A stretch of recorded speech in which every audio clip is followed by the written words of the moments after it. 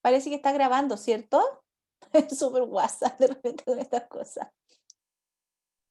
Sí, Sí, profe, profe, estoy sí graba. grabando. Ya, gracias chiquillo. Porque otras veces me aparece aquí abajo la opción de grabar y ahora no me aparece, no sé por qué.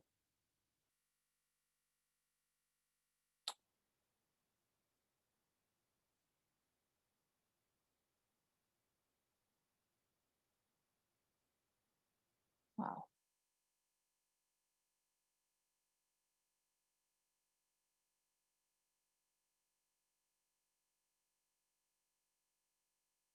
¿Se ve el PowerPoint?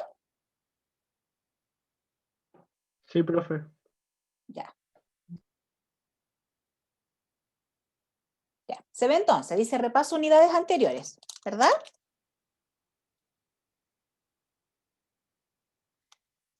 Ya, chiquillo, entonces, hoy día una pequeña mirada respecto a lo que ya hemos revisado, porque vamos a partir con nuestra unidad número 3, que es bastante entretenida porque tiene ya cosas que ustedes incluso pueden ir aplicando desde ya a sus mundos personales. ¿Ya? Hasta el momento hemos hablado, ¿verdad?, que hay diferentes estilos de personas, con distintas generaciones, con motivaciones, con sentido del trabajo, con identificación de algunos fenómenos sociales diferentes, y que todas estas personas en algún minuto nos insertamos a medios masivos, que son en este caso el mundo del trabajo o por ejemplo la misma universidad, y empezamos a interactuar de una manera mucho más profesional, de una manera mucho más criteriosa, ya no tan espontánea como de pronto se puede dar a lo mejor en ciertos ambientes, por ejemplo el colegio, ¿verdad? O el grupo de pares.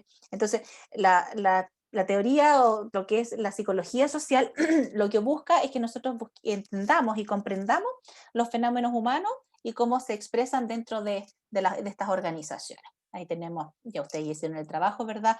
De que tanto Baby Boomer como Millennial, como Senial, como la generación X, como la generación Z, si bien tienen distinciones generacionales por contingencias socioculturales, políticas y económicas distintas, que eso marca los traspasos de una generación a otra, en muchas oportunidades las generaciones son híbridas o una persona puede presentar rasgos de una generación y también rasgos conductuales o incluso de visión de otra generación. Entonces eso también va impactando en la forma en que nosotros miramos las relaciones humanas y nos enfrentamos al mundo del trabajo. Y eso híbrido que se presenta, por ejemplo, en una generación Z, que tiene cosas de los Xennials, de la generación Baby Boomer, por supuesto que está definido e internalizado por el estilo de socialización que él ha vivido con sus medios más inmediatos, que en este caso pasan a ser fuertemente la familia. ¿Ya? Dentro de los aspectos de la psicología también que en algún minuto mencionamos, está que las personas tenemos que tener consideración para los procesos de socialización y el aprendizaje social, la capacidad de los individuos para aprender, la memoria, la capacidad para prestar atención, la forma de percibir los fenómenos y que esa percepción es una interpretación de lo que nosotros observamos y que también está mediada por rasgos de personalidad y por creencias, actitudes o valores que se nos han impuesto en este medio más inmediato que hablamos de la familia y después también en la socialización secundaria que tiene que ver con el colegio o con toda la etapa de escolarización. He mencionado que mucho de lo que nosotros vamos construyendo a lo largo de nuestras vidas también tiene una vinculación con aspectos emocionales y con aspectos de coeficiente intelectual, porque una persona que tiene un nivel elevado de coeficiente intelectual, que a lo mejor es muy bueno para temas más bien técnicos o datos duros o aprender ciencias, matemáticas y esas cosas, a veces le va a costar un poco más entender códigos sociales. También puede haber personas que a lo mejor tienen un determinado retraso respecto de temas emocionales o de temas conductuales, y esas personas también van a tener un desfase respecto de las fases de adaptación a los procesos de socialización, porque a lo mejor son más desconcentrados, más distraídos, son un poquito más inmaduros a nivel neurológico, entonces eso también impacta en la forma en que nosotros vamos internalizando la información de nuestro medio. Entonces, teniendo a la base todas esas características, tanto de la familia, la socialización, nosotros mismos, con nuestra propia naturaleza, vamos a poder ir identificando cómo nosotros pensamos, cómo nosotros sentimos y cómo nosotros actuamos en medios más macro. ¿Ya? Más adelante vamos a irnos dando cuenta que todo esto está vinculado porque ya lo decía, las primeras clases, estas fases de socialización y la forma de interpretar y de entender el mundo de manera individual impacta en la cultura y en el clima organizacional una vez que nosotros también entramos después al mundo laboral. También la forma que tenemos nosotros de ser, nuestros estilos, impactan en el trabajo colaborativo, impactan en la expresión del liderazgo e impactan también en la motivación de las personas. Todo esto que les estoy mencionando es algo que siempre los equipos de recursos humanos de las empresas o de cualquier organización debiesen tener presente para poder identificar y encauzar bien los planes de reclutamiento y selección, es decir, quiénes queremos que trabajen con nosotros, cómo queremos que sean, ¿verdad? Cuáles son los comportamientos claves que nosotros añoramos y reforzamos y felicitamos y valoramos dentro de la organización. Eso también nos permite a nosotros hacer planes de formación y de capacitación o de inducción, por ejemplo, cuando la gente ingresa a las empresas, decirles y mostrarles qué es lo que nosotros queremos de ellos, qué es lo que nosotros felicitamos y valoramos en nuestros trabajadores. Y los planes de capacitación son aquellos temas que nosotros necesitamos como empresa ir reforzando e ir transmitiendo a nuestros colaboradores. Y son por lo general temáticas tanto técnicas como de desarrollo de habilidades blandas. Muchas organizaciones también planifican planes de carrera, planes de formación continua, plan de desarrollo profesional, la gestión del talento, en la medida que van teniendo claridad de cuáles son los procesos de socialización que ellos esperan que la gente tenga, ¿ya? Por ejemplo, a mí me piden a veces, parece que se los dije a ustedes en algún momento, gente de determinadas universidades, con ciertos perfiles socioculturales. A lo mejor uno podría decir, chuta, eso es como bien discriminatorio, y sí, efectivamente lo es. Pero lo que buscan las organizaciones es tener personas que tengan como un estilo o una base respecto a lo conductual y a lo cultural similar, porque de esa manera hay menos conflictos dentro de las organizaciones o dentro de los equipos, ¿ya? Hay equipos dentro o departamentos dentro de las empresas donde a veces se buscan perfiles súper específicos. Por ejemplo, me ha tocado mucho que en empresas de ingeniería buscan ingenieros de la Santa María con ciertos rasgos, ¿ya? Porque todos esos gallos que vamos a tener en esa empresa forman parte del mismo equipo o el mismo grupo humano y a veces es necesario que manejen, no sé, por el mismo lenguaje samsano para que entre ellos se entiendan. ¿Ya? Y entre ellos no haya rivalidad, competencia y haya más armonía para poder trabajar en conjunto. Entonces buscan perfiles específicos. ¿Ya? Teniendo claro que nosotros en el mundo de las organizaciones tenemos una fauna, por decirlo de alguna manera, tan diversa, eso también nos permite elaborar planes de compensaciones acordes a las expectativas, a las motivaciones y a las necesidades de los individuos que componen nuestra organización. Porque es distinto un plan de compensación para una persona que tiene una edad de 55 años y que lleva 30 años en la empresa, a un plan de compensación, por ejemplo, a un trabajador de 32 años que lleva 4 años en la empresa, ¿ya? Porque las expectativas, las motivaciones, las necesidades van a ser diferentes. Entonces nosotros como equipo de recursos humanos en las empresas necesitamos tener claridad de toda esta diversidad.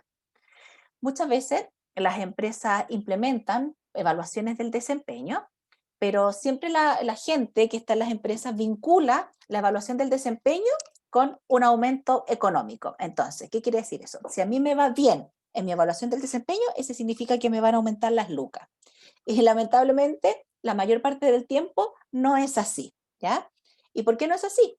Porque las empresas debieran transmitir el mensaje con claridad y hacer entender a la gente que la evaluación del desempeño es para elaborar planes de mejora, ¿ya?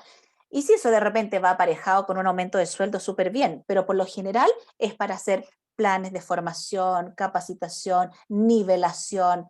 Mucha gente se ha visto muy beneficiada en algunas empresas, por ejemplo, con su escolarización. Hay gente que trabaja en una empresa y que tiene un nivel técnico, ¿ya? De profesión.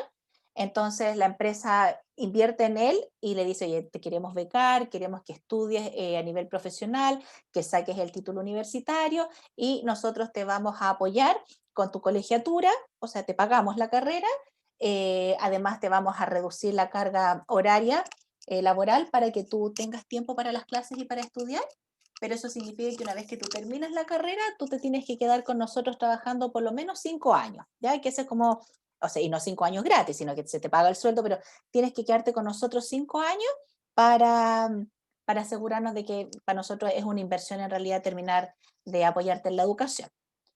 Muchas empresas también hicieron en algún momento estos planes de nivelación para la gente que no tenía cuarto medio. Entonces implementaron sistemas con el INACAP o con el DUOC o con algunas universidades y nivelaron esos conocimientos en sus trabajadores. ¿Ya? Entonces siempre hay que ver, instaurar en la gente que la evaluación del desempeño es para mejorar tu rendimiento y para elaborar planes de mejora, ¿ya? Tanto conductuales también como técnicos. E incluso teniendo claridad del estilo de gente que trabaja en nuestra compañía, nosotros también podemos elaborar planes de desvinculación, es decir, para gente que se va a jubilar, porque hay gente que ha trabajado 40 años en una compañía y que tú los despides y o ya es hora de jubilarse, ni siquiera despedido, y esa persona se le acaba la vida, porque en el fondo se validan a través del trabajo, están acostumbrados al trabajo, es como el hijo más querido, el trabajo. Entonces, cuando tú tienes claridad de que tienes personas que son súper apegadas al tema laboral, elaboras un plan de desvinculación y te preparas unos 3 años antes y lo pones a esa persona que a lo mejor ha tenido un súper buen desempeño, lo pones de mentor, a entrenar a un futuro jefe o a entrenar a un futuro colaborador, lo pones en una posición de que le empieza a enseñar, a transmitir sus conocimientos y ya también lo vas preparando para este minuto en que esa persona tiene que salir porque ya se va a jubilar, pues, y ya no es necesario que se quede con nosotros porque también tenemos a otros profesionales jóvenes para darles la posibilidad. Hay otras compañías que los planes de desvinculación como que no existen, pues entonces las personas se jubilan, pero siguen trabajando. Entonces ahí es cuando tú encuentras en algunas empresas gente de 75 años, de 81 años, que todavía trabajan en las organizaciones, porque en realidad a veces más que aportar en términos técnicos o específicos, aportan bastante al clima laboral de la empresa. Entonces, es mejor mantenerlos que desvincularlos, ¿ya? Porque como ya son más viejitos y estamos acostumbrados a ellos y ellos a nosotros, entonces las empresas deciden tener todavía trabajando en su fuerza laboral a esas personas. ¿Ya? Entonces, hasta acá de lo que vimos en percepción social y en aprendizaje social, ¿alguna consulta, duda, comentario que puedan tener?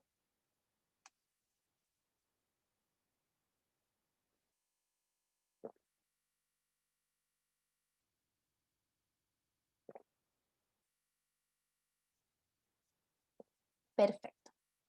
Entonces, vamos a avanzar o vamos a transitar hacia otra temática que tiene que ver con los procesos de interacción, ¿ya? En donde vamos a hablar de las motivaciones, de los grupos, del liderazgo, de la influencia, pero ya más a nivel organizacional. Pero nunca dejando de tener presente el concepto de la socialización, porque, como decía, nosotros somos seres sociales, nosotros somos personas que nacemos, nos gestamos, nos desarrollamos y morimos en sociedad, salvo que seamos un ermitaño y que por voluntad propia decidamos aislarnos del mundo e irnos para otra parte y vivir de manera solitaria, ¿verdad? Entonces, como somos seres sociales, tenemos que tener claro que la socialización siempre va a estar presente. Entonces, ese influjo, ese intercambio de información entre una persona y su medio inmediato lo va a perseguir a lo largo de toda su vida. Y parte todo el proceso de socialización desde que somos pequeños hasta que nos hacemos adultos. Y además, en la medida de que nosotros vamos interactuando con nuestro entorno, con los distintos agentes de interacción a lo largo de la vida, nosotros vamos también adquiriendo elementos culturales y también los vamos transmitiendo. Entonces vamos haciendo que los elementos culturales se vayan transmitiendo de generación en generación. Entonces la socialización es un proceso mediante el cual nosotros, los adultos, inculcamos la cultura a los miembros de la sociedad. Les vamos transmitiendo patrones de comportamiento, reglas, hábitos, ¿verdad? Vamos también apoyando el desarrollo de ciertas potencialidades y habilidades que son necesarias para la participación adecuada dentro de un contexto social. Y dentro de un contexto social estamos hablando de un contexto que puede ser laboral, que puede ser el barrio, que puede ser a nivel país, por ejemplo, comportamientos cívicos. Todo eso nosotros lo vamos adquiriendo a nivel de la socialización. Hemos hablado harto en algún momento del tema de la familia, pero es importante reforzarlo de que, porque los adultos, cuando ya están en el mundo laboral, tienen muchos comportamientos que tienen que ver justo con sus etapas de socialización primaria. Y la socialización primaria es la primera etapa por la que atraviesa el individuo que se embarca en la niñez, por lo menos hasta los 6, 7, a veces hasta los 8 años, en donde nosotros la mayor interacción que tenemos es con nuestro núcleo familiar, ¿ya? Tiene una alta carga de connotación afectiva, porque, dado que son personas súper cercanas y muy significativas para nosotros, nosotros queremos a nuestro papá, queremos a nuestros abuelitos, los niños se enamoran de la tía del jardín, adoran a la parvularia, entonces hay una carga afectiva súper importante, en donde por eso se habla tanto hoy en día del cuidado de la primera infancia, porque es tan significativa en la forma de educar que los niños, que necesitamos hoy en día que sea mucho más cuidada, que sea más cariñosa, más afectuosa, más comprensiva, no precisamente más complaciente, de pronto la gente como que confunde un poco los términos, pero sí tener presente que el niño está en una etapa de formación y que todo lo que está adquiriendo a nivel social de sus medios inmediatos va a definir mucho de su evolución psicológica y emocional a futuro. ¿Ya? Dentro de esta interacción con los primeros agentes de socialización, hay aspectos súper considerables y significativos que justamente parten por el lenguaje y por los comportamientos.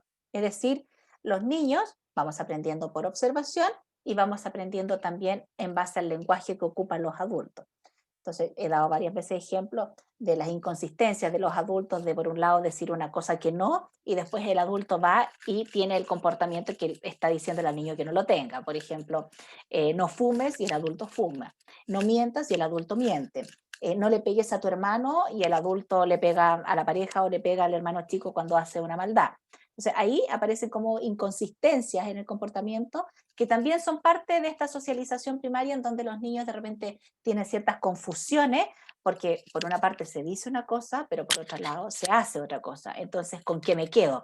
Por ejemplo, las primeras crisis que viven los niños es cuando empiezan a interactuar con otras personas. Entonces, hay que empezar a entender que yo, cuando soy pequeño, soy parte de un grupo y el niño piensa que la familia es uno solo con él. Pero con un buen proceso de socialización primaria, tú le vas dando una diferenciación al niño, donde le vas transmitiendo la información de que el niño es uno dentro del grupo, no es uno con el grupo, sino que es uno dentro del grupo. Entonces, mamá es uno, papá es uno, él es uno, hermanito es uno, abuelito es uno, y nosotros nos unimos para formar una familia en donde hay individualidades y es necesario respetar esas individualidades, respetar esos espacios, respetar la forma de ver el mundo. Y cuando el niño logra comprender que hay una diferenciación entre él y todas las otras personas con las que interactúa, nosotros podemos decir que ya ese niño se inserta a nivel social. ¿Ya? Por eso cuando son chiquititos los jardines enseñan tanto ciertos esquemas valóricos, no pegar, no mentir, por ejemplo, ser responsable se lo inculcan a los papás. ¿Pero por qué? Porque los papás transmiten la responsabilidad en el niño. Entonces, si el papá, este papá que cuando piden tarea o piden materiales en el jardín y el papá no está ni ahí, al niño le está enseñando que el niño no está ni ahí también. ¿Ya? Lo triste es que el niño después en otras etapas de socialización se va a acostumbrar a ser irresponsable y lo va a pasar mal, porque le van a recriminar el ser irresponsable. ¿Ya? Entonces, la socialización primaria es clave.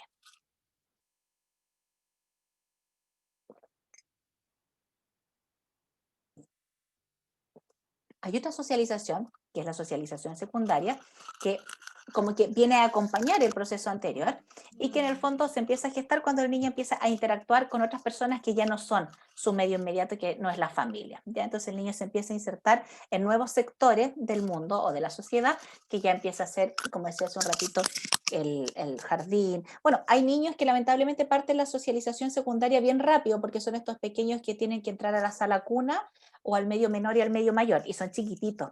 Entonces están entre el proceso de socialización primaria muy fuerte definido por la familia, pero también en una constante interacción con una socialización secundaria dada por la institución, en este caso, que es el jardín infantil. ¿Ya? Cuando el niño empieza a interactuar con otros submundos, empieza a entender que hay otras realidades, ¿verdad? Y que son realidades que de repente se complementan con la de él o que a veces contrastan con su estilo, por ejemplo, familiar. Ocurre mucho que aquí se presentan los primeros conflictos porque las instituciones, ya sea el colegio o el jardín, o la sala cuna. Bueno, la sala cuna las guaguas son tan guaguas que no cachan todavía, pero ya como en medio mayor, los niños empiezan a interactuar y se dan cuenta, perdón, que hay comportamientos que, por ejemplo, a mí me los permiten en la casa, pero en el jardín a mí no me los permiten. Entonces, en el jardín me retan, me sancionan, llaman al apoderado, pero cuando yo llego a mi casa, en mi casa es como que no pasara nada, ¿ya?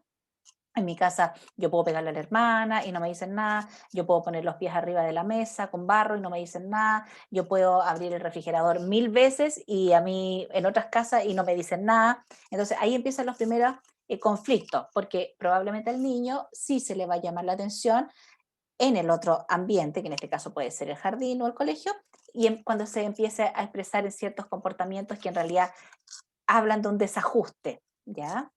Por eso los papás son tan clave, porque más que mal van a sentar las bases para un futuro comportamiento social. Y ese futuro comportamiento social va a ser con los compañeros de la universidad, va a ser cuando ingresa a una organización, van a ser comportamientos que son también cívicos, por ejemplo, dentro de un país.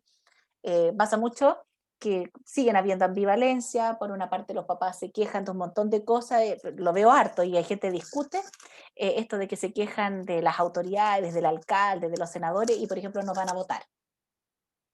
Entonces el cabro que aprende que es mejor quejarse, pero no ir a votar. Po, ¿ya? Doy ese ejemplo porque es parte como de la cosa habitual que nosotros vemos. De hecho, lo vamos a ver ahora el 25 de octubre, que mucha gente quiere hacer un cambio, pero muchas personas no van a ir a votar. Ojalá que este año sí sea uno de las elecciones o de los plebiscitos en donde haya más gente votante, pues, ¿ya? Porque ahí va a haber una consecuencia entre lo que se dice y lo que se reclama y la acción concreta de ir a votar, ¿ya? El niño, en esta fase de socialización secundaria, que ya se está insertando a la sociedad, descubre que su proceso o su mundo inmediato, que son los padres, no es el único mundo, ¿ya? Entonces, la carga afectiva con la cual yo voy aprendiendo cosas, que por lo general es por observación, son reemplazadas por técnicas ya pedagógicas, que son las que van a facilitar el aprendizaje pedagógico. Entonces, ahí las tías elaboran, ¿verdad?, dinámicas, cosas recreativa o cosas lúdicas para que los niños también vayan internalizando ciertos conceptos. Entonces, el proceso de socialización es la manera con que los miembros de un grupo aprenden modelos culturales, ¿ya? Y los asimilan y después los convierten en propias reglas personales. Le daba al otro curso hace un ratito atrás el ejemplo de que cuando, por ejemplo, a mí me refuerzan el valor del respeto y me lo refuerzan fuertemente en mi casa, y yo voy en un colegio o en un jardín donde se refuerza también el valor del respeto y donde a mí, de cierta forma, se me premia cuando yo soy respetuoso. Probablemente el valor del respeto va a ser uno de los primeros valores que yo voy a asimilar y a internalizar y que voy a mantener a lo largo de la vida, ¿ya? Por eso es tan importante la etapa chica, cuando somos pequeños. Lo mismo puede pasar con la honestidad.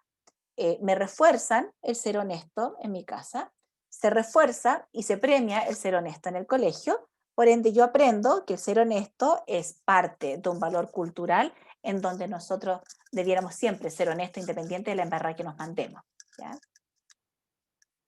Y obviamente que todo ese proceso de socialización, tanto primaria como secundaria, que nosotros vivimos en la etapa temprana de nuestras vidas, después va a sentar las bases para las culturas organizacionales dentro de las empresas, porque la cultura somos nosotros, la cultura la construyen las personas, ¿ya?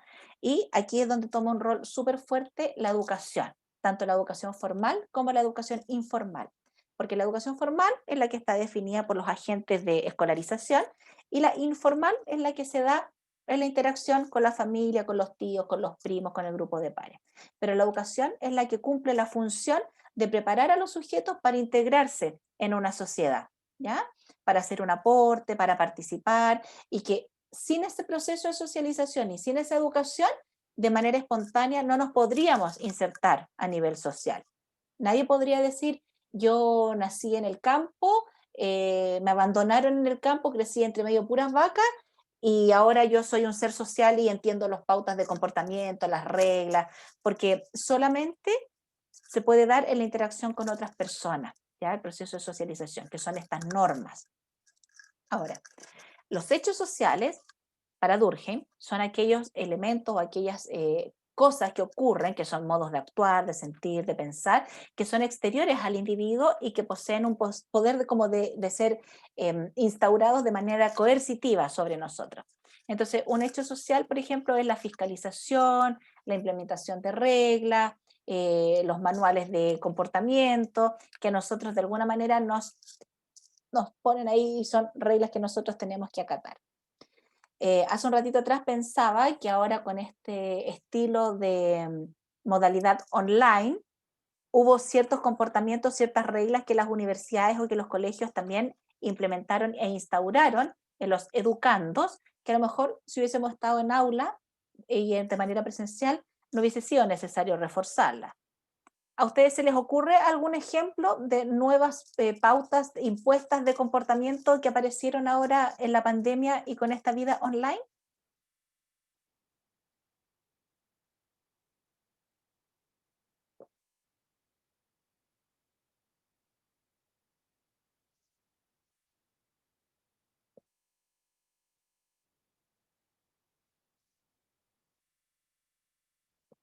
Hola, ¿están?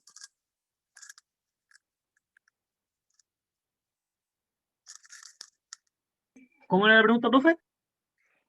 ¿Qué pautas nuevas de comportamiento se hicieron exigibles, por ejemplo, ahora que estamos con educación online?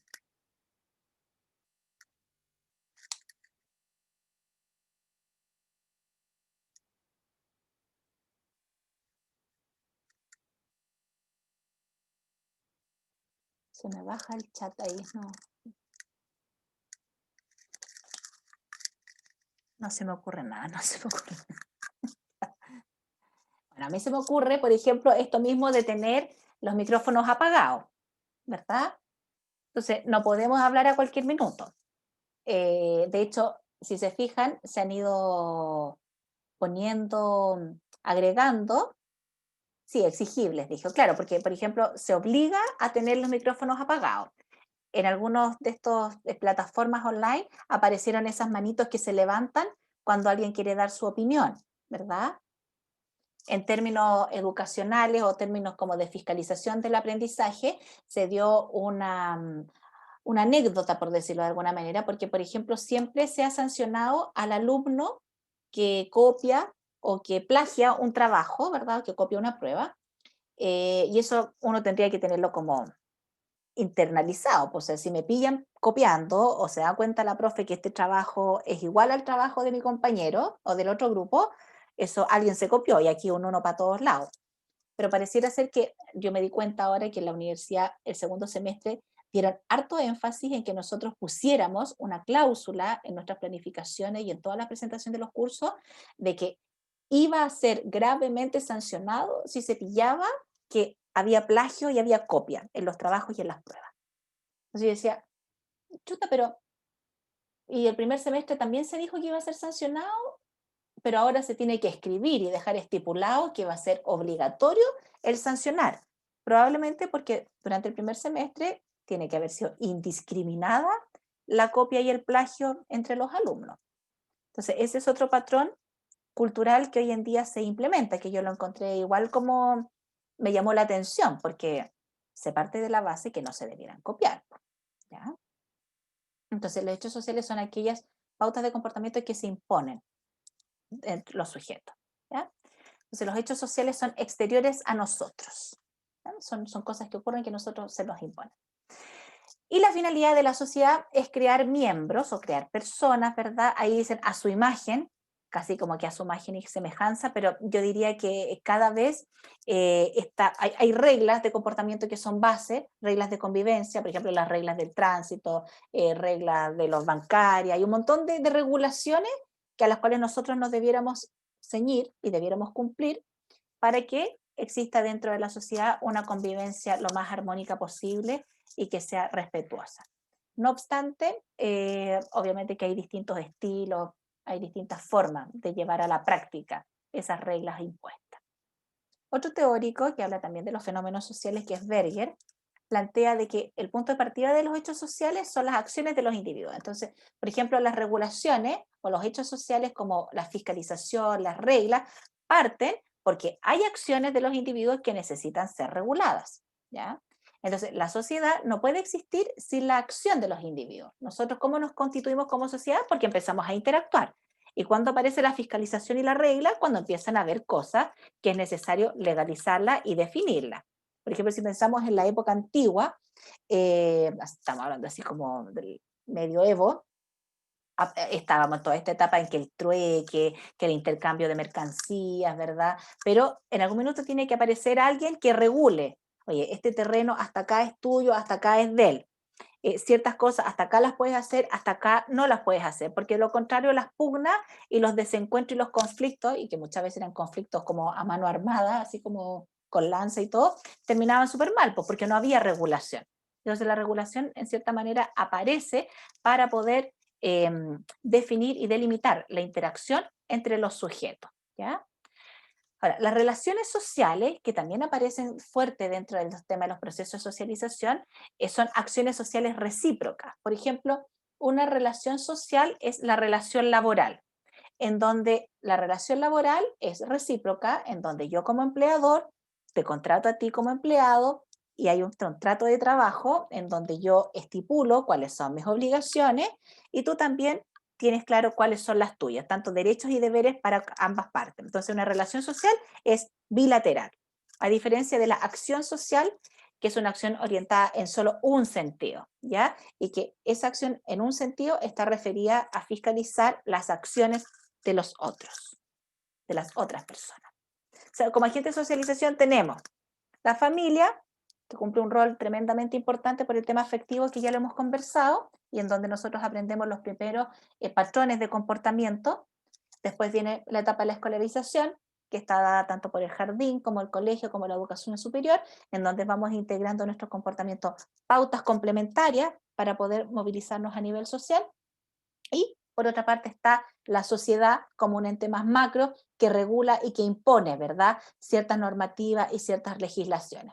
Ahora, si bien está la sociedad como a nivel más macro, hay otra subcategoría que tiene que ver con la comuna donde nosotros vivimos, el barrio, las juntas de vecinos, que también van a veces ejerciendo ciertas acciones sociales, que en este caso son fiscalizaciones o regulaciones, para la sana convivencia. Ahora, como nosotros estamos siempre en un proceso de socialización continuo, es altamente probable que si yo vivo en Chile y me voy a trabajar a Noruega, voy a tener que de alguna manera adecuarme y vivir el proceso de socialización de ajustarme a las normativas, al estilo de vida, a elementos culturales de Noruega, porque probablemente van a ser en muchos aspectos diferentes a los de Chile. Mucha gente cuando se va a vivir al extranjero y añora devolverse a su país, es justamente porque no se adecuó a ciertas normativas, ¿ya? O a ciertos estilos de vida. Ahora a veces pasa al revés, pues. Hay gente que se va de Chile y que, por ejemplo, se va a vivir a Australia y no se quieren devolver, pues no te querés devolver porque en Australia las leyes, la fiscalización, el comportamiento cultural de las personas del país son súper distintas y son más armónicas. Entonces, ¿para qué me voy a devolver a Chile? ¿Ya? Entonces, ahí reforzando la idea de que siempre estamos en un proceso de socialización continua, el ciclo vital está definido por la interacción con los otros, tanto en la infancia como en la adolescencia, como en la etapa de la adultez.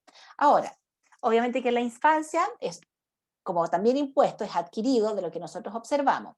En la etapa de la adolescencia aparece este conflicto entre que no sé si aceptar las reglas o no las acepto, estoy en un proceso de autodefinición, de autoconstrucción, ¿verdad? Se están terminando de definir mis patrones de personalidad, entonces es una etapa en donde a veces hay mucha crisis y después, y me cuesta aceptar ciertos patrones sociales, culturales que tienen que imponerme, y después ya en la etapa de la adultez sigo con un proceso de socialización en donde ya se supone que tengo un criterio para poder discernir entre si quiero o no quiero vivir este proceso de socialización. Si me hace sentido las pautas que me están imponiendo, si son amigables conmigo o si no.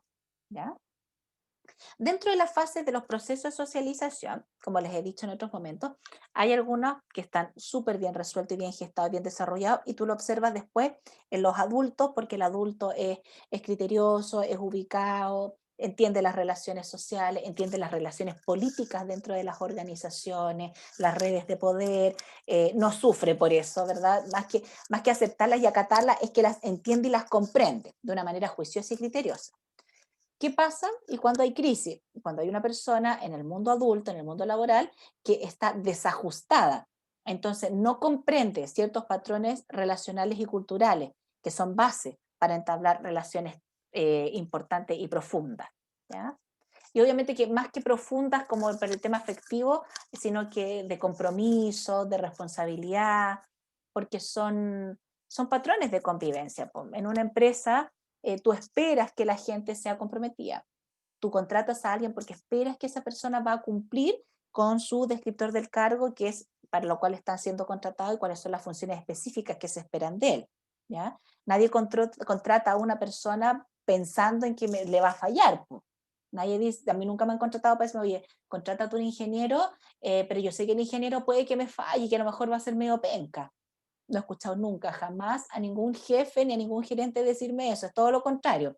Contrátate a alguien que sea súper capaz, que sea resolutivo, que a lo mejor técnicamente todavía no tiene dominado algunos temas, pero que acá los puede aprender, pero que valóricamente sea una persona súper potente, ¿ya?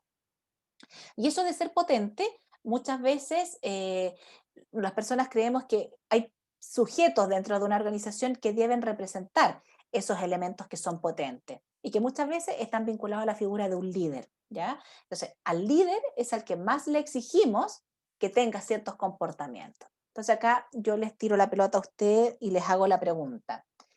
¿Qué comportamientos creen ustedes que debe tener un líder? ¿O qué hace a un líder? ¿Qué hace un líder?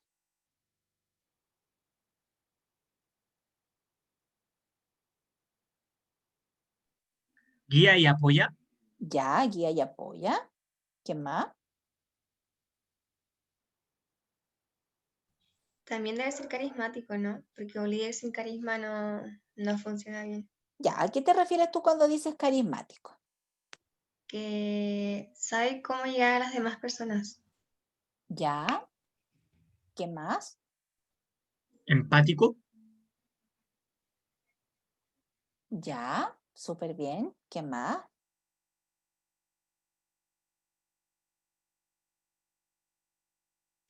Debes saber cómo llegar a las a las personas que están dentro del trabajo. Ya, tiene que saber cómo llegar. Oye, ¿y ustedes se acuerdan de alguien que en su vida hasta el momento haya sido un súper buen líder y que ustedes digan, oye, yo me acuerdo de este profesor o de esta persona, o de este amigo, o de este guía scout, no sé?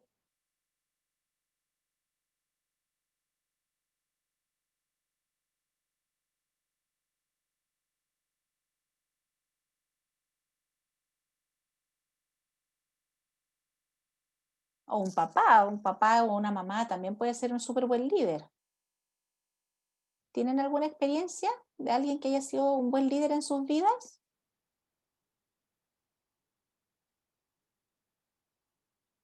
Trato de leer el chat, pero se me minimiza ahí la barra. Ahí parece. ¿Quién parece? Capitán. A un capitán en su cuartel de bomberos, Javier. Alguien dice ahí, yo tenía una profesora. Ujú. ¿Y qué características tenían esa profesora o ese capitán del cuartel de bomberos? ¿Por qué eran, a juicio de ustedes, buenos líderes?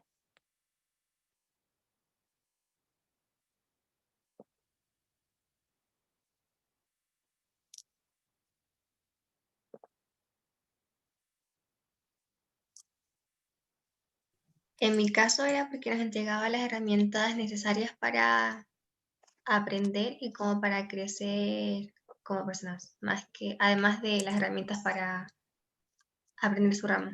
Ya, y por ejemplo, como esas herramientas que tú dices para aprender como persona, ¿de cuáles te acuerdas?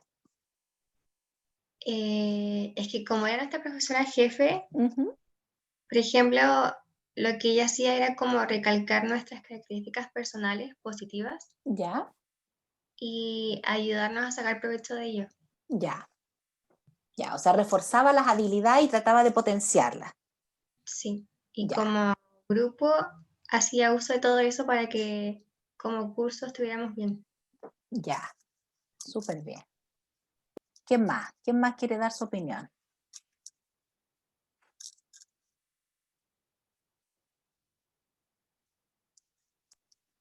Yo siento que un líder no critica, profe. No critica, ¿ya? ¿Y qué? No critica como a la gente que está como sumando, ¿Ya? no, tipo como que él escucha todas las opiniones que da la gente, tipo, no como que se guía solo por lo que él dice.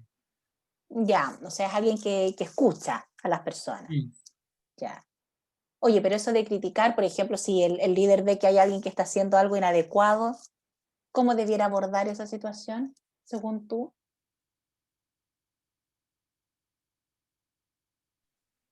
Tipo, si alguien está haciendo, dar su opinión de por qué lo está haciendo mal, pues, tipo, de mostrarle de por qué no debiese ser así. No, tipo, no de llegar y decirle, oye, no, eso no, es así, como llegar y decirle, no, así no. Decirle Ya, por qué. ya.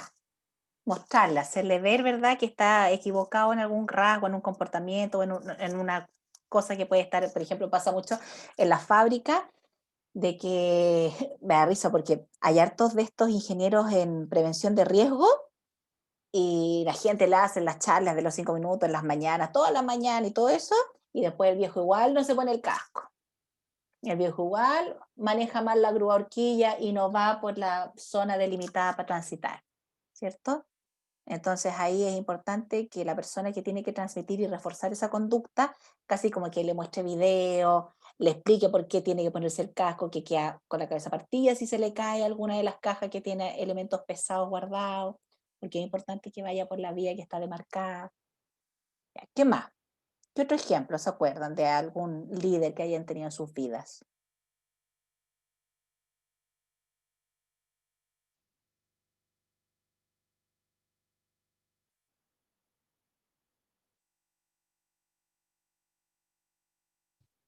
Profe, Ujú. sabe que yo siento que hay personas que pueden tener todas las características de un líder, como ser comprensivo, responsable, honesto y todo eso, pero no se puede equiparar a una persona que tiene como este talento innato de líder. Hay personas de que inconscientemente son líderes que hablan y todo el salón, no, todas las personas se dan vuelta a escucharlo y tienen esa capacidad de capturar la atención de las personas sin siquiera intentarlo. Claro, eso también es un elemento cultural. ¿Sabes por qué? Porque también en Chile, claro, esta cosa como del brillo, como del deslumbre, con ese liderazgo de la persona que tiene una buena retórica, que habla bien, que motiva, que transmite información, como a la que todos admiran, ¿verdad? Es como, uy, el que brilla. Pero existen otros liderazgos que, como dices tú, son estas personas que tienen cualidades muy positivas, pero que justamente no tienen ese carisma, ¿ya? Y a veces en las empresas te vas a encontrar con jefaturas que justamente tienen esa condición de que a lo mejor son empáticos, son asertivos, son criteriosos, generan entusiasmo, tienen buenas relaciones sociales, pero no es el gallo que deslumbra. Entonces, como hay un tema cultural también para la expresión del liderazgo, muchas de estas personas que tienen esas cualidades buscan en el equipo a alguien que hagan complementos, ¿cachai? Entonces es como Pinky y Cerebro, una cosa así. ¿Ubican a Pinky y Cerebro o estoy muy vieja, muy desactualizada? Entonces hay uno que es el que tiene ciertos comportamientos, ¿verdad? Y hay otro que es el que guía y el que influencia y el que motiva. Obviamente que para hacer esa dupla de esos estilos de liderazgo, ninguno de los dos tiene que tratar de opacar al otro, po. Sería muy feo si es que el que es más tranquilo y menos carismático dijera, no, es que este otro que parece payaso, mira cómo motiva a la gente, habla puras burras. Y sería muy feo también que esta otra persona dijera, no, sí, que este es súper fome, es como súper amargado, tiene súper buenas ideas, pero no llega a la gente. Entonces, eso no puede ocurrir. Tiene que haber una lealtad entre esa dupla para poder ser potentes y transmitir o influenciar el comportamiento de los otros, ¿ya? Eso puede, por ejemplo, pasa mucho en las empresas, de que a veces el jefe no tiene muchas habilidades sociales, pero es empático, es amable y todas estas otras características, pero no tiene esa llegada, como dices tú, como ese carisma. Pero busca a un colaborador que sí las tenga y generan hacen un match para poder implementar mejores planes no sé, de motivación, de mejora, de obtención de resultados. ¿Ya? Hace años atrás se hizo, pero no hace mucho, hace unos 2 o 3 años atrás, se hizo una investigación en 200 empresas a nivel global, identificando cuáles eran los rasgos que las personas más valoraban de un líder, ¿verdad? O de una jefatura, y cuáles eran las que más trascendían y las que más impactaban en los colaboradores. Entonces, dentro de los resultados, se obtuvo de que era necesario que el líder tuviera inteligencia, firmeza, determinación, visión. Inteligencia, capaz de resolver problemas. Firmeza, que sea firme en las decisiones, ¿verdad?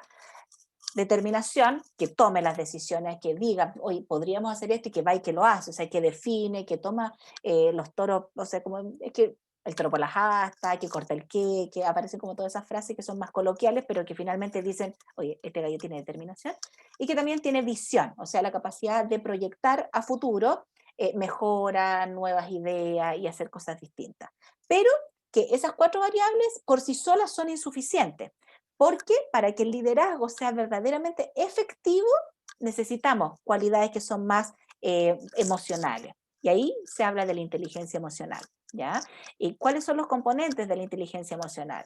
La autoconciencia, la autorregulación, la motivación, la empatía y el desarrollo de habilidades sociales. Entonces, por un lado, necesitamos que un líder tenga todas las variables que tienen que ver con lo intelectual, pero también necesitamos que tenga las variables relacionadas al tema de habilidades sociales.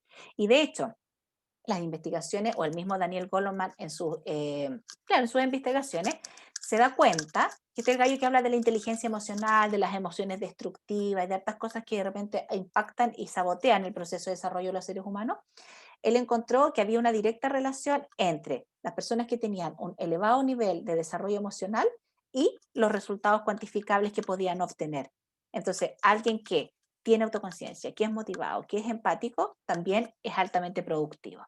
¿Ya? Vamos a revisar los 5 componentes de la inteligencia emocional, pero no sé si hasta acá alguna consulta, duda o comentario.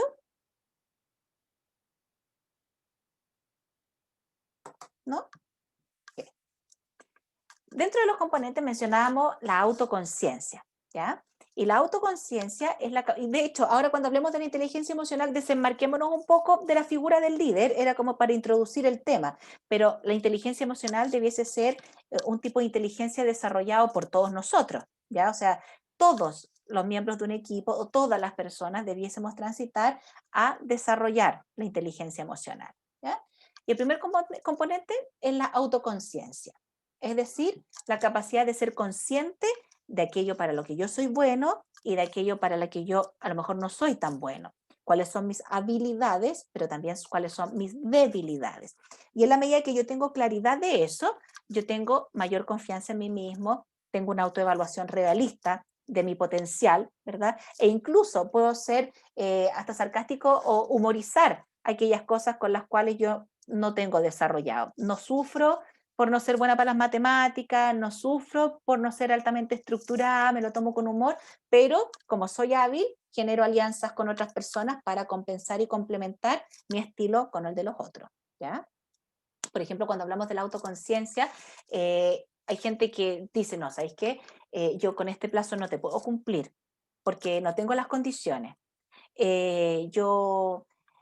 Hay cosas para las cuales no soy bueno, entonces esto probablemente no va a fluir bien conmigo, mejor busquemos a otra persona. Son personas que si se equivocan, van a reconocer ya el error. E incluso si fracasan frente a algo, lo van a describir como parte de un fracaso, pero también como parte de un aprendizaje, pero no precisamente como no minimizando la experiencia. No es como que, sí, fracasé y listo, no, así me río. No, oye, fracasé y tomo conciencia y hago un análisis reflexivo de por qué fracasé. Me río entre medio, pero como soy capaz de identificar que me equivoqué porque no soy ordenado, planificado, porque soy impulsivo, tengo la capacidad de darme cuenta y de mejorar esos rasgos, ¿ya? O de apoyarme en herramientas que me ayuden. Por ejemplo, pasa mucho que hay gente que es súper desorganizada, pero que no ocupa agenda. Entonces tú dices, pero ¿cómo si eres desorganizado no tiene agenda? No, lo que pasa es que todo lo almaceno acá. Entonces ya, pero es que la memoria es frágil. Entonces empieza y hazte el hábito de utilizar una agenda o ingresar la información al Outlook o al Google Calendar o en el teléfono o como sea, pero la cosa es que tiene un registro. Y esa persona empieza a utilizar esas herramientas para apoyarse en la habilidad de la desorganización, ¿ya? Como hay autoconciencia, también saben bien lo que les molesta, lo que les gusta, no tienen problemas en plantear cosas con las cuales no están de acuerdo, ¿ya? Entonces, obviamente que esas personas son confiables, porque son transparentes, porque le muestran al otro lo que a mí me molesta, lo que yo no tengo eh, interés en seguir relacionándome, aquellas cosas que a mí me facilitan o no me facilitan el trabajo, ¿ya? Entonces, mira, aquí dice, esta investigación que se realizó, dice que los altos ejecutivos no otorgan a esta cualidad el crédito que se merece. O sea, los gerentes o las personas que son líderes o jefes o ejecutivos importantes que toman decisiones, no le toman el peso a la importancia de ser autoconscientes. Es como que son inconscientes infelices, ¿ya? O felices inconscientes, están por ahí. Porque no, uno debiese decir, oye, yo la medida que soy súper consciente de mis potencialidades, sé con qué proyectos ir, sé qué compromisos asumir, sé qué compromisos no asumir, porque soy consciente de mis cosas, ¿ya? La segunda variable o componente de la inteligencia emocional es la autorregulación. Es decir, yo ya soy, porque yo puedo ser autoconsciente, pero a lo mejor no soy autorregulado. Yo sé que me voy a enojar, sé que me enojo, pero exploto y le pego al vecino. Mientras que la autorregulación tiene que ver con que yo regulo mis emociones. Es decir, sé que si me voy a enojar, voy a explotar, pero empiezo a trabajar eso. Es decir, voy a buscar alguna manera de no explotar.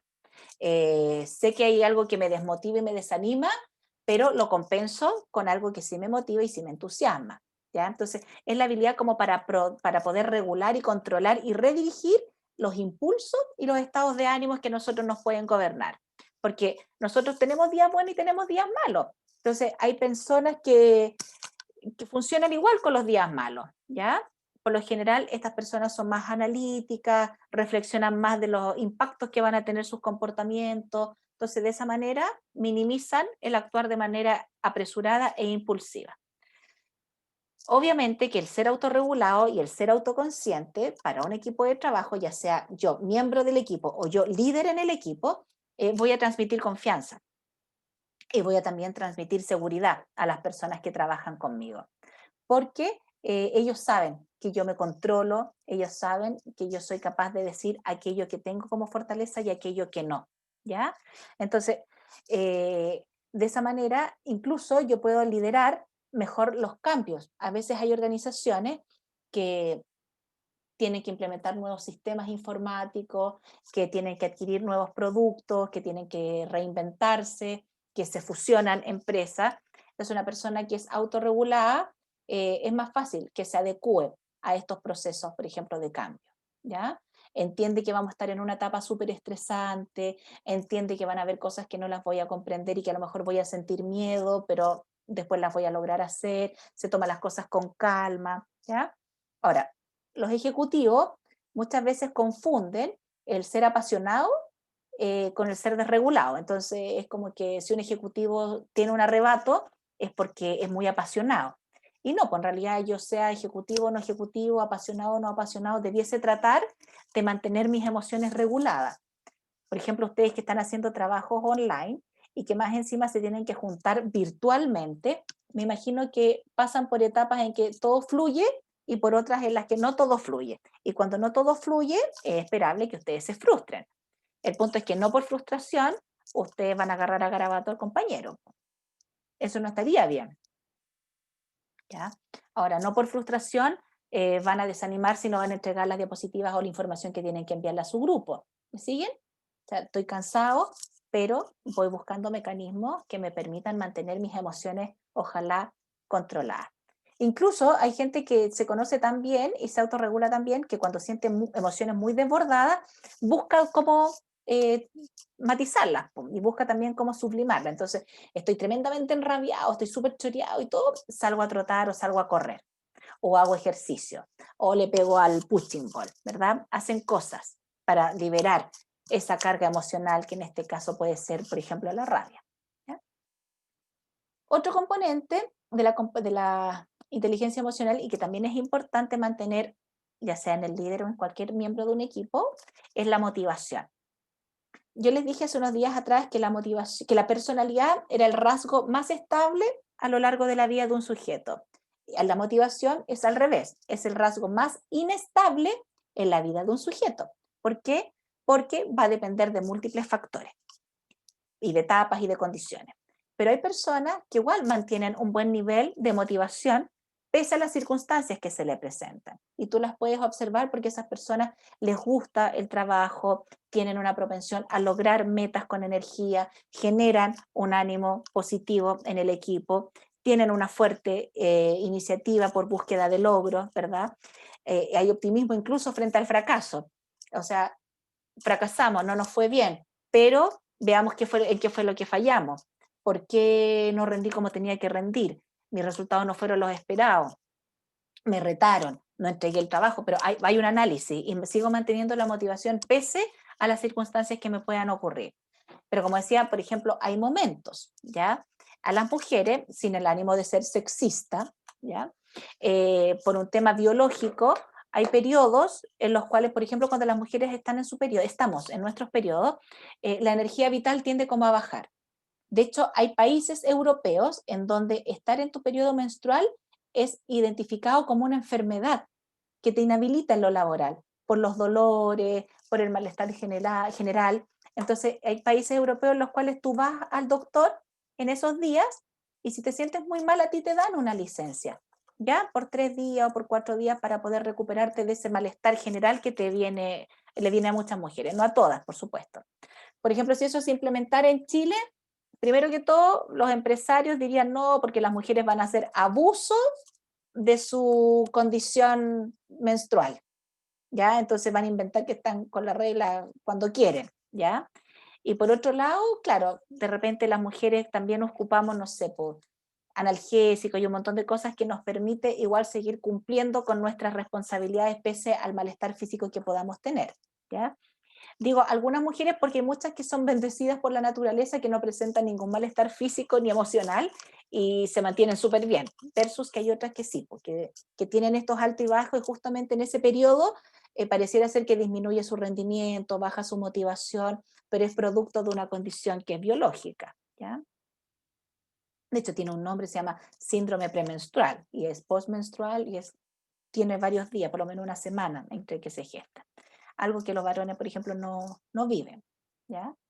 Y que o sea, no es innecesario mencionarlo, porque muchas veces, a mí me arriesgo cuando hay hombres que dicen, la mujer está en sus días. Sí, pues está ahí en tus días y hay mujeres que reaccionan mal a ese periodo.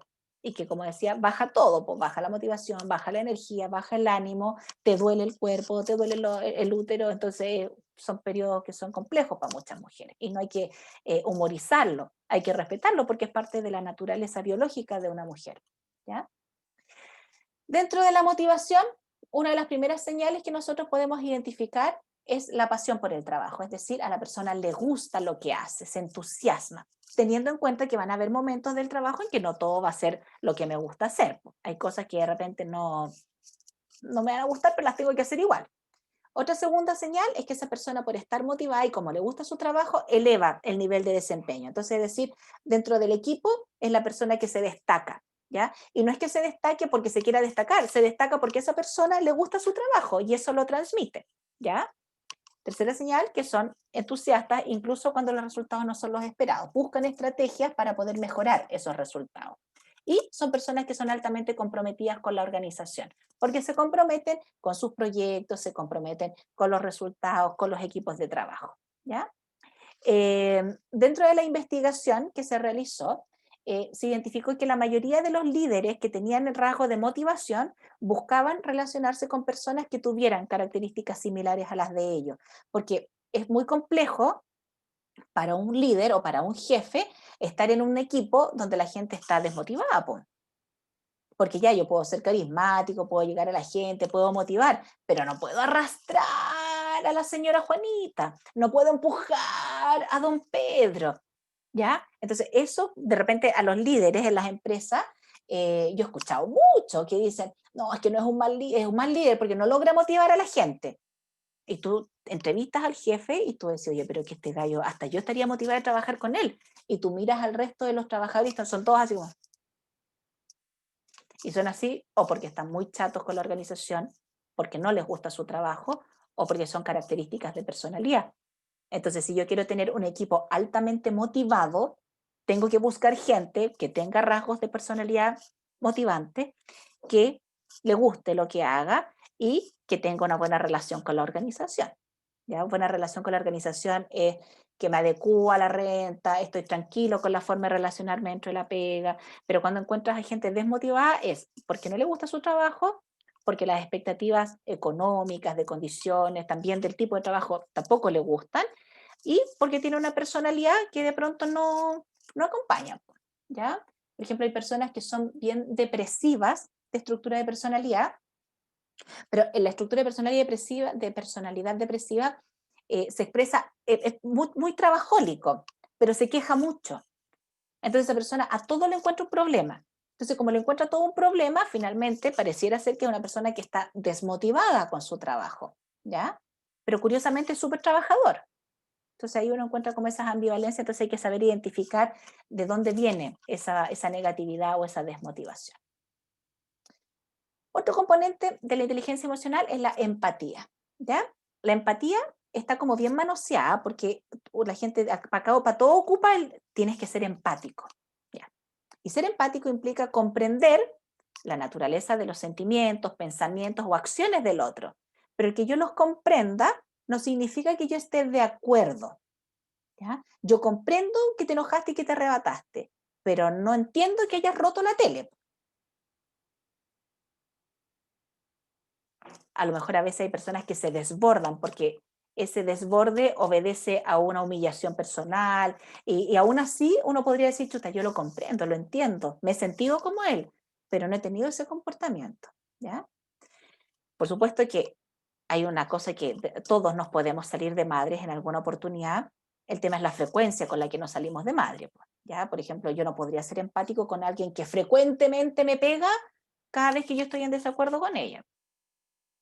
Estaría súper mal que yo fuese empático con alguien así, porque eso significa que yo estoy siendo sumiso, ¿ya? El otro día yo le contaba al otro curso que en una conversación, cuando fue esto de la Ámbar Cornejo, era súper complicado como plantearse con alguna opinión personal cuando te preguntan, ¿y tú como psicóloga qué es lo que piensas respecto de la situación? Porque yo por un lado decía, chuta, la mamá de la Ámbar Cornejo debe haber sido una galla con un tema psiquiátrico súper fuerte, pues. Entonces todo el mundo decía, no, pero ¿cómo? Mala madre, ni un perro trata así a su hija. Sí, perfecto, no, nada que discutir. Pero a esa mujer de haber tenido 1, 2, 3, 4 tejas corridas que por algo permitía las cosas que permitía. ¿Ya? Ahora, que yo piense que esa persona tiene un trastorno psiquiátrico y sea empática y diga, chuta, que heavy, no sé si la comprendo, pero si tiene un trastorno psiquiátrico lo entiendo, dada mi profesión, no significa que yo comparta las cosas que esa señora permitía con sus hijos. ¿Me explico? Entonces eso es lo que también les quiero transmitir a ustedes, porque ustedes pueden ser incluso empáticos con sus compañeros de curso, con sus compañeros de equipo cuando hacen un trabajo, pero una cosa es ser empático y otra cosa ya es permitir que de repente se abuse de ustedes. Alguien está diciendo algo. Necesito ir al chat, pero no me arroja el chat. Si alguien me puede leer lo que alguno de sus compañeros escribió. Dice que se comprende pero no se justifica. Claro. Más o menos lo que estamos reforzando. Muy bien que piense así. Es que eso es clave, chiquillos, porque de pronto, por ejemplo, esto mismo de la violencia que pasa hoy en día cuando hay una marcha y hay como alguna manifestación social, muchas marchas parten súper bien y tienen una condición en que si fuesen pacíficas ni siquiera deberían estar los carabineros, porque van a ser pacíficas, pero hay grupos que van y como que enturbian esto. Entonces, yo leo ahí como todos los comentarios en las redes sociales, en las noticias, y es como que se entiende, ¿verdad? El malestar y la disconformidad de muchas personas. Pero una cosa es comprender y otra cosa es entender. ¿cachai? El daño a la propiedad privada, el quemar casa, el quemar un hotel, porque más que mal hay un esfuerzo de otras personas de por medio. Entonces, te fijas, ahí está el tema de la socialización. Yo tengo mucha rabia, le puedo ir a tirar a lo mejor piedra al monumento de ahí de Plaza Italia, pero no por eso le voy a quemar la casa a la señora de ahí del edificio. Po. ¿Te fijan que hay como cosas que son distintas? Es como discriminar entre lo que yo considero que sí, te entiendo, pero algo que yo no haría. ¿Ya? Y el último punto respecto de la inteligencia emocional son las habilidades sociales. O sea, es necesario que dentro de las componentes, tanto para el liderazgo como para las buenas relaciones dentro de un equipo de trabajo, exista esta pericia para manejar y construir relaciones. Y relaciones de apoyo, redes de contención, redes comunicacionales, habilidades para encontrar un espacio común y construir simpatía con mis compañeros de trabajo o con las personas a las cuales lidero. Entonces, cuando yo tengo buenas relaciones interpersonales, ojo, que tener buenas relaciones interpersonales no significa ser amigo de todos. Significa ser respetuoso, ser simpático, ser cordial, pero no obligarme a hacerlo, sino que serlo, que me sale de manera más bien espontánea. Obviamente que si yo no tengo ese rasgo altamente desarrollado, ideal que yo trabaje para desarrollarlo, ¿ya? Y esas habilidades sociales a mí me permiten liderar mejor a las personas, porque así yo puedo generar como comprensión, entendimiento, puedo persuadir a una persona. Ojo, persuadir no es lo mismo que convencer, porque muchas veces, por ejemplo, con las discusiones pareciera ser que las personas tratamos de convencer, pero de imponer nuestra forma de pensar o de ver el mundo respecto a un tema. Mientras que el persuadir es, tú tienes tu opinión, yo te muestro la mía y te la explico y tú me das el espacio para yo explicarte mi punto de vista. Entonces tú ahora tienes tu opinión y tienes mi opinión. Y a ti, si te hace sentido, tú puedes cambiar tu opinión y ceñirte a lo mejor a mi postulado, a lo que yo te estoy explicando. Pero yo te explico, no es una imposición, ¿ya? Entonces, muchas veces las personas que tienen estas habilidades sociales y que les toca generar un rol de liderazgo, son personas que construyen equipos de trabajo. ¿Por qué?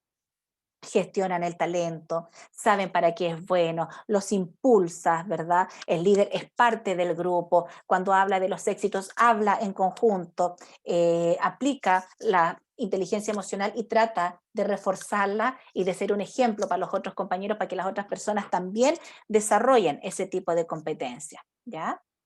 Entonces el líder logra que el trabajo se haga a través de las personas y las habilidades sociales le permiten que la gente cumpla con lo que se compromete. O sea, en realidad, mira, hay temas culturales nuevamente, que igual es importante visualizarlo.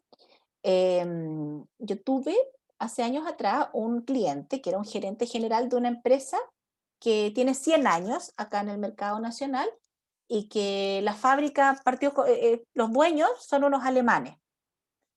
Y estos alemanes, por supuesto, siempre viajan a Alemania, mandan al gerente general, al gerente de producción, a visitar fábricas del mismo rubro, pero que están en Alemania. Entonces este gerente general en las reuniones contaba algo que yo lo encontraba súper choro, porque él decía, de partida en Alemania hay pueblitos o hay ciudades chiquititas en donde hay una fábrica. Y toda la gente como del pueblo, de esa ciudad chiquitita, trabaja en esa fábrica. No busca ir a otros lugares, trabaja en la fábrica. La mano de obra siempre es calificada y es altamente especializada. Entonces, no existe el maestro chasquilla ni el operario de quinta categoría, no, porque son todos especializados y son como todos técnicos profesionales o profesionales universitarios. Otra característica que le llamaba la atención a él de estas fábricas, de estos pequeños pueblos, es como pensar, por ejemplo, la quinta región, Quilpué, Villa Alemana, ¿cachai? Curauma, Placilla, ciertos sectores. Decía, la empresa es tremendamente plana organizacionalmente. Es decir, está la planta, hay un gerente de planta y después vienen todos los colaboradores. Y alguien con un tema específico, sobre todo temas administrativos, como marketing o recursos humanos o administración y finanzas. Pero no como en Chile, que la estructura de las organizaciones es tremendamente piramidal, donde hay un gerente, un subgerente general, gerentes de línea, subgerentes de línea, jefaturas de áreas, encargados de áreas. Entonces, ¿qué pasaba? ¿Qué es lo que él me transmitía a mí en esas reuniones?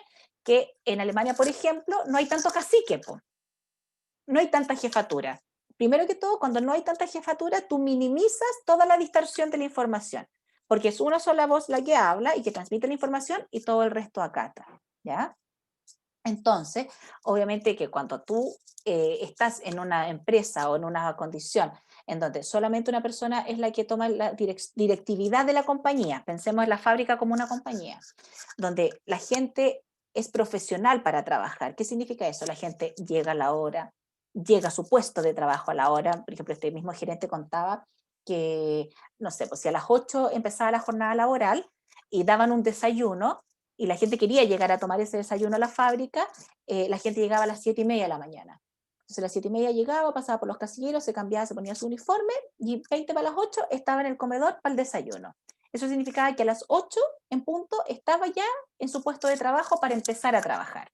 Y que si la jornada duraba hasta las 3 de la tarde, a las 3:05 de la tarde esa persona dejaba su puesto de trabajo e iba a los camarines, se cambiaba su ropa o empezaba todo el tema de preparar su salida laboral. En Chile, ¿qué pasa?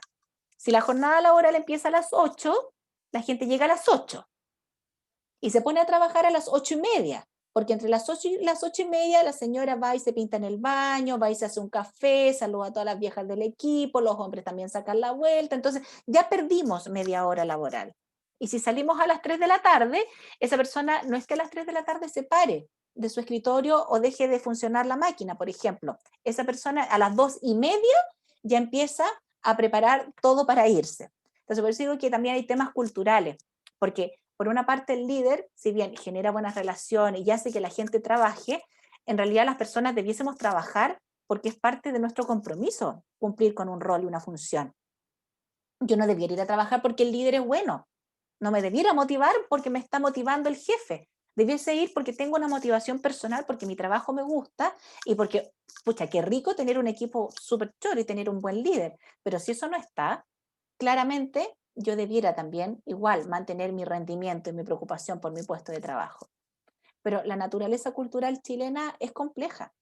Entonces, muchas veces las empresas tú encuentras mucho cagüín, muchos malos entendidos, malos climas laborales, maltrato todavía con la gente, y tú ves gente que ingresa a las empresas súper buena, y es súper buena me refiero, no a buena como pero buena persona, sino que buenos candidatos que tienen inteligencia emocional, que tienen conocimientos específicos y técnicos, que son súper comprometidos con la pega, pero el clima de la empresa o de ciertos departamentos en la empresa es tan malo que hay dos alternativas, o esa persona que tiene un buen perfil o se termina yendo porque no calza y no engancha, o esa persona termina cediendo y se termina transformando en la misma persona como el resto del resto de los colaboradores, copuchento, peleador, envidioso, no sé, estoy inventando características. ¿Ya? Entonces por eso también es importante que ustedes también vayan generando como la autoconciencia de quiénes son ustedes, cuáles son sus patrones de comportamiento, cómo entablan las relaciones, los trabajos grupales, cosa que vayan, una, aprendiendo y dos, también mejorando. Oye, ¿ustedes creen que esto que hemos hablado ahora de la inteligencia emocional, la gente nace con la inteligencia emocional o también se puede desarrollar? Yo creo que se desarrolla, pues. Ya, ¿y cómo lo podemos desarrollar?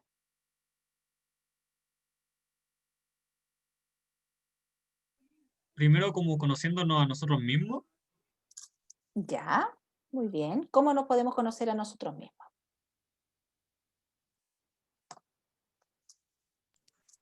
Con el pasar tipo, del tiempo, Ya con el pasar del tiempo, así como por los años y la experiencia, decís tú. ¿Qué más? tipo saber como qué nos molesta y cómo controlar como la frustración y esas cosas.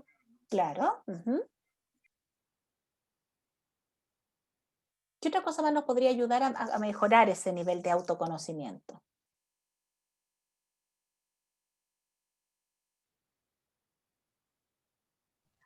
Asistir al psicólogo, tal vez. Ya, ir al psicólogo, claro, para que esté como de repente un poco más complicado. La terapia es muy buena Ujú. para conocerse.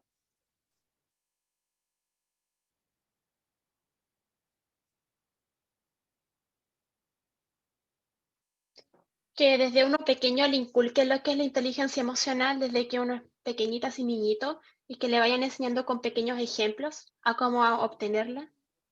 Claro. Bueno, todo lo que han dicho está súper bien. recojo lo último que dijo la compañera, porque efectivamente hoy en día se habla mucho de la educación emocional en la etapa preescolar y también en la etapa de la escolarización primaria. ¿Pero por qué?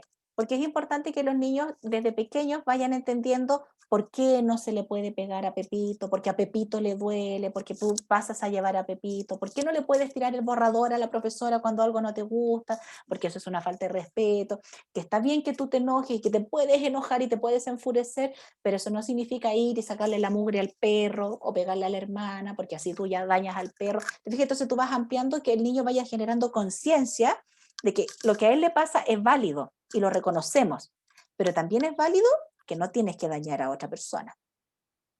Por ejemplo, hay niños que de repente le pegan a las cosas materiales y le pegan al computador. Yo he visto niños que han roto la tele, pues de rabia. Entonces los papás así como, no, es que le dio el arrebato, entonces rompió la tele, pero es algo material. Entonces, ya, si es algo material, súper bien, pero también es importante explicar y enseñar que detrás de esa tele había alguien que trabajó, independiente si las lucas le sobran o no le sobran, da lo mismo, eso no es lo cuestionable, el punto es que alguien compró esa tele, porque cuando esa persona esté en la empresa, si él quiebra el escritorio, quiebra el computador, porque le dieron los monos, lamentablemente sí la empresa pagó el computador, ¿me entienden? O sea, a lo mejor yo puedo quebrar la tele cuando soy chico en mi casa porque mi viejo la compró y tenía la plata, pero ya cuando soy grande y sigo con los mismos arrebatos, en la empresa no me van a permitir, pero nica que yo le pegue a un computador y lo rompa. Entonces, son comportamientos y son adecuaciones y ajustes que vamos haciendo cuando son pequeños porque después a futuro se pueden expresar, ¿ya? Ahora, hay investigaciones que demuestran que la inteligencia emocional se puede aprender, ¿ya? Y para poder aprenderla, es súper importante que la persona esté, que cuando es grande, la persona esté motivada por generar un proceso de cambio, ¿ya? Entonces esa persona debiera ponerse en práctica de autovisualizarse de cómo es él o ella, de qué cosas son las que le gustan y le disgustan, cuáles son sus, por ejemplo, relaciones de acierto, en qué grupos encaja y con quiénes no encaja. No le podemos caer bien a todo el mundo y al que no le caemos bien, él se lo pierde, ¿ya? Pero no podemos tratar de dejarlos a todos contentos y eso también es algo que nosotros debemos aprender como a establecer esos límites y a ser conscientes, porque muchas veces las personas tratan tanto de agradar que permiten cosas que no son sanas para ellos y eso ya no es inteligente emocionalmente, ¿ya? Y lo otro es buscar retroalimentación en mi medio más cercano. Preguntarle a mis compañeros de grupo, oye, ¿ustedes qué opinan de mí? Yo soy responsable, soy comprometido, ¿cómo llego yo al grupo? ¿Doy aporte? ¿Participo? Preguntarle a tu familia, a tus amigos, porque en esa retroalimentación, por supuesto que le vamos a preguntar a gente que con confianza nos va a decir cómo somos, po. No a ese amigo o esa amiga que te va a decir, no, tú estás súper bien, el resto te tiene envidia, porque eso no aporta a mi crecimiento personal bajo ningún punto. Lo que aporta es la información que ojalá sea objetiva, que ojalá sea honesta y directa, y que si hay una crítica, que esa crítica sea constructiva, ¿ya? Muchas veces hay personas que tienen mucho talento y que son súper buenas, pero son tan apasionados y terminan siendo tan arrebatados que de repente como que eso choca en las otras personas, ¿sí? Entonces, por ejemplo, hay personas que han sido súper regalones, que al final pareciera ser que son súper malcriados y que siempre quieren ganar en la discusión o como que a todos se les diga que sí y eso no lo pueden lograr. Entonces, si yo tengo un amigo que tiene esos comportamientos y me pregunta cómo soy, de manera honesta y respetuosa le diré qué es lo que yo pienso en este caso de él, que es muy buena persona, que tiene mucho talento, pero que estos arrebatos empañan ese talento, ¿ya? Entonces, hay veces en que nosotros vamos a poder, con un deseo sincero, con motivación, con entusiasmo y con esfuerzo, con compromiso de por medio, hacer un cambio y transitar de un hábito, que en este caso es viejo y que a lo mejor no me trae cosas buenas como resultado, a transitar a un hábito de comportamiento nuevo, ¿ya? Pero van a haber veces y van a haber cosas que es difícil cambiarlas sin ayuda. Y ahí acojo lo que decía hace un ratito otra compañera, que era el tema terapéutico, en donde la terapia te tiene que permitir conocerte. No todo el mundo va al psicólogo porque está loco, porque tiene un problema. No, la idea de ir al psicólogo es justamente para transitar por ese proceso de autoconocimiento y de mejorar y potenciar ciertas habilidades, porque finalmente el único que gana es la persona que vive ese proceso. ¿Me explico? Nos sirve cuando yo veo a veces parejas o en los hombres cuando van al psicólogo y tú le dices, oye, ¿y tú por qué estás acá? No, que mi mujer me mandó.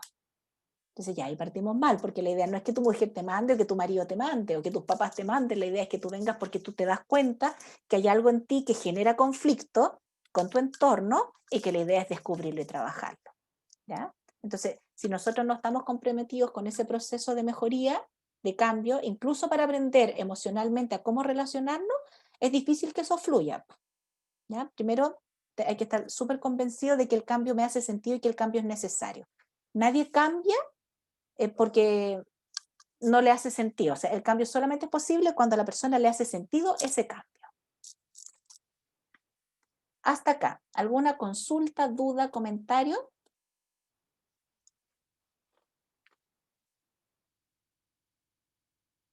¿No?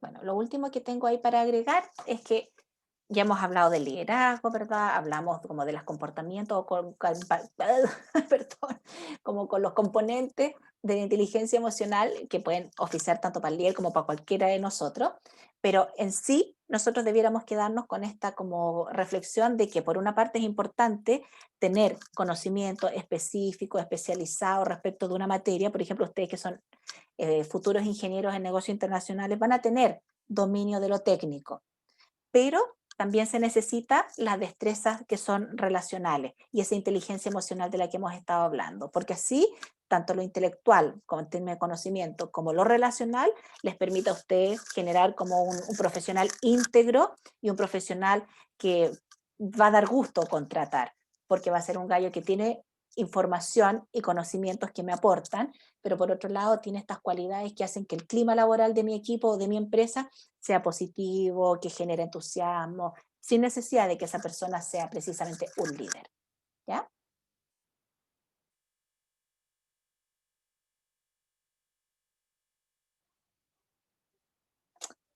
Muy bien. Entonces, como no hay consultas, dudas, comentarios ni nada, nos estaríamos viendo mañana. ¿Les parece? Profe, Díganme. profe. Yo tengo una duda sobre mañana ¿Mm? de las presentaciones. ¿Mm? ¿Esto es formal? O sea, mira, ahí dice formal, pero lo que me interesa es que no estés chascón, que no estés echado en la cama, porque la idea es que la presentación ustedes comparten pantalla y yo te quiero ver. Ah, ¿Ya? ya, perfecto, profe. ¿Ya? Lo mismo le Gracias. dije al Keiram, que tampoco era necesario que esté formal porque él va a estar también trabajando, po.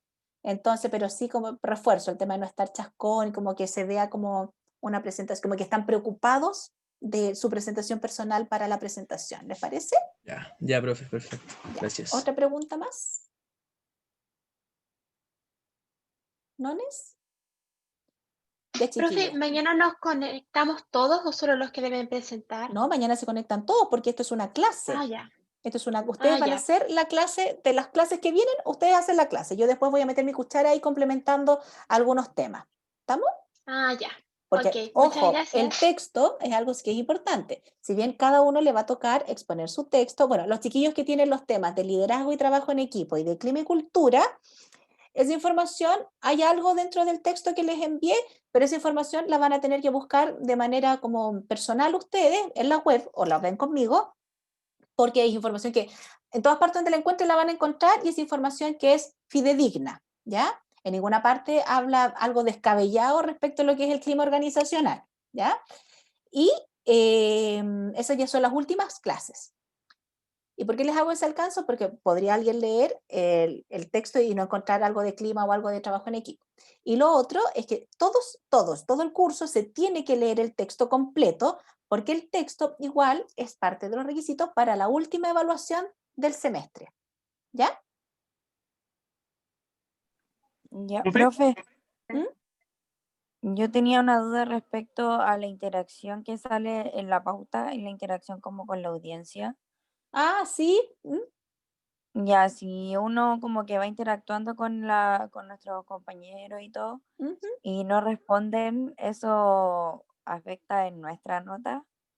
O sea, la idea es que al igual como lo hago yo con ustedes, de pronto les voy a preguntar a los chiquillos, si, por ejemplo, si me toca el psicoanálisis. ¿Alguno de ustedes ubica a Freud? Ya, ¿quién es Freud? ¿Te fijáis? Y esa es la interacción. Por supuesto, yo voy a estar evaluando las preguntas que ustedes hagan. Ahora, si los chiquillos están todos durmiendo y nadie responde, a todos les va a bajar un punto.